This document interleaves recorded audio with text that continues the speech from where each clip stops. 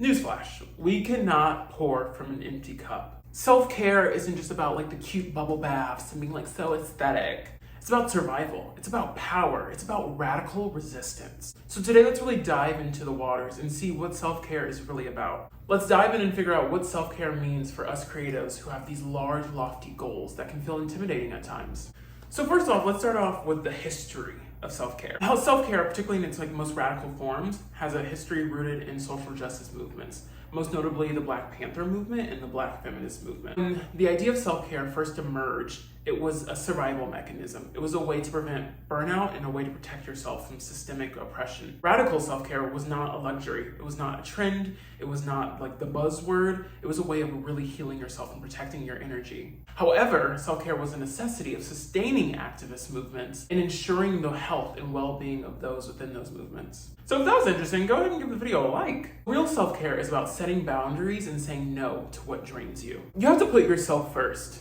I gotta put me first, Lucius. I gotta put me first. You really do have to put yourself first if you ever want the chance to really feel the impactful powers of self-care.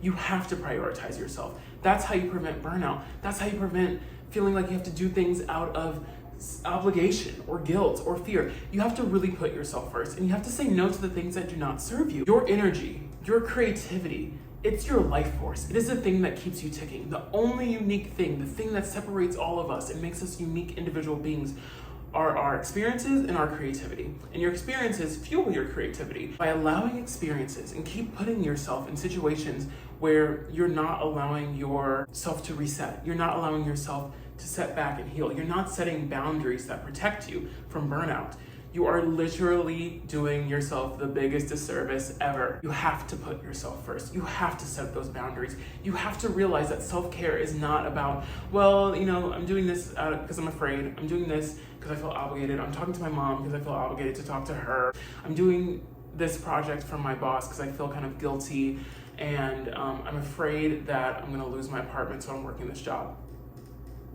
You have to set a boundary, you have to self-care, you have to chase your dreams, you have to go out and do what makes it work for you. You cannot sit there and try to bubble bath and bottles of wine and retinol face mask and buying new toys and taking a new fitness class and try to self-care your way out of a life that you feel you have no control over.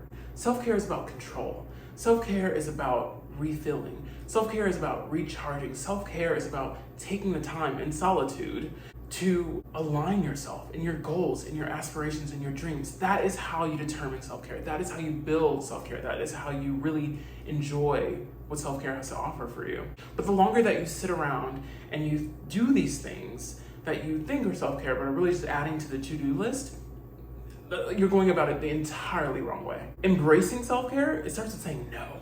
Saying no is a revolutionary act. Saying no to things that don't serve you. Saying no to relationships that don't serve you. Saying no to opportunities that do not align with you or your values. Just say no. Learn how to say no. That is the most impactful, most important, most life-changing thing you could ever do. 2 simple letters, no and O.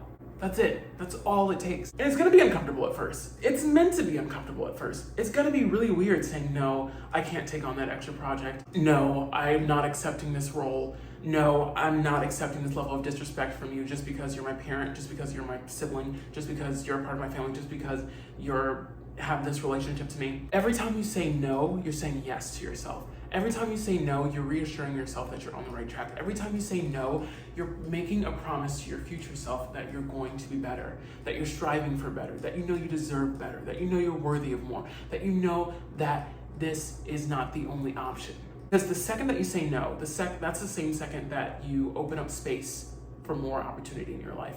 Saying no to that relationship that you thought was the one, you thought was like, oh, I'm only gonna get one mom. This is the only love of my life I'll ever experience. But when you realize that abuse and neglect and the mistreatment can't be the love that you're looking for, and you say no to that, you open up so much space for so much more opportunity, for so much more love, for so much more creativity, for so much more alignment with self to enter your life. The second that you say no to that project or that assignment or that thing that really isn't a part of your job description, and you say, hey, I can't do this, but so-and-so can, maybe that more aligns with their job description. The second that you start saying no to those bad ideas that you're stuck somewhere, saying no to that voice inside your head saying, I have to do this because I'm afraid, I have to do this out of fear, I have to do this out of obligation, I have to do this out of guilt, like that fog, FOG. It's really just about saying no to that voice, saying no to the doubt in your mind, saying no to everything that's holding you back from chasing your wildest dreams. You're not too young, you're not too old, you're not too fat, you're not too skinny, you're not too dark, you're not too light, you're not too anything for anything. Well, if your dream is like to have like box braids or something, you are too light, don't do it. Learn how to say no. Learn when to say no, if it's the tone of saying no, but honestly, just say no. No is a full sentence. N-O period, that is a full sentence. Can you do this? No. Can you pick me up from the airport? No. And there's a conversation to be had about when are we saying no, but you should be saying no probably a lot more than you are in your life right now. Try it. It's really just stop saying yes. Everything does not deserve a yes. If it's not a hell yes, if it's not I will do a backflip right now because this opportunity is so important to me, it's a no, boo. It has to be a hell yes. Everything in your life has to be a hell yes. Everything in your life has to be, I'm so excited, I'm so driven, I'm so motivated, I want to do this. If it's not that, then it's not for you. And you need to say no because you're stealing somebody else's dream. You're stealing an opportunity from somebody else that really isn't even supposed to be part of your journey. Well, it is. Everything is part of our journey. Learn how to spot energy vampires. Learn how to spot those people who really only want you around to take your energy, to take your optimism, to take your youth. Those people who really don't provide as much as they take.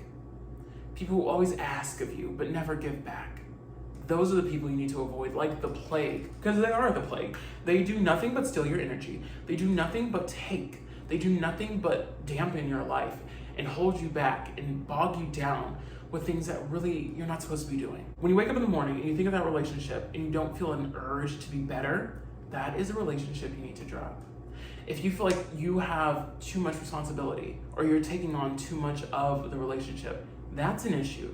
That's a problem. If you feel like every time you have a conversation with them, you feel that like drained energy, when they call you on the phone and you're like, oh my God, hey, what's up? You need to let them go. You need to learn how to say no. Not answering the phone, that's a no. Not responding to the text, that's a no. Not responding to the email, that's a no. Learn how to say no. If you want to communicate these things with these people, you can, but learn how to say no. The final act of self-care is finding those daily rituals, finding those daily routines, those daily habits, those daily systems that you can build that refill you without, like they're already baked into your day. So if it's journaling, every morning, the first thing I do is I get my journal and I write down 2 pages in my journal. And I talk about my day, how I want my day to go, how I want my future to look. I write down like stories that have happened to me in the past and I'm like, oh, that's just a story. It wasn't like childhood abuse and trauma that like messed me up. It's just a story. If it's meditating, I meditated for 30 minutes yesterday and I found like my sanctuary in the sky and like I feel all peaceful and zen. Putting on a power playlist. If you love Britney Spears and Nicki Minaj, put on the playlist, put on your favorite songs, build a playlist of like 5 to 10 of your favorite songs that just take you there. You feel like the baddest B word in the world whenever that song comes on. Build a playlist of those 10 songs every time. On your car ride to work, when you're picking up the kids from soccer, whatever you're doing, have that playlist going. That's an act of self-care. That's an act of like, yeah, like I'm still a baddie, I still got it. And then just remember that these small, consistent acts are going to recharge you, they're gonna rejuvenate you, and they're gonna revitalize you. You have to have these. You cannot exist without self-care. You will burn out. You cannot have these creative pursuits. You cannot have these huge like ideas and dreams and visions and think you can just be like, go, 24/7. You're going to burn out and you're going to question. What is it? Slow is smooth and smooth is fast. It's okay to take it slow. It's okay to take your time. It's okay to take time for yourself because once you get there, once you have your dream, once you have the dream life that you have envisioned, you're going to so desperately want to have that time baked in where you recharge, where you rest, where you allow time for yourself to just be without any expectation, without any kind of idea of what this has to look like or what this has to be. You're just listening to music. You're just writing a book. You're just closing your eyes and envisioning and using your imagination. And it's nothing more than that.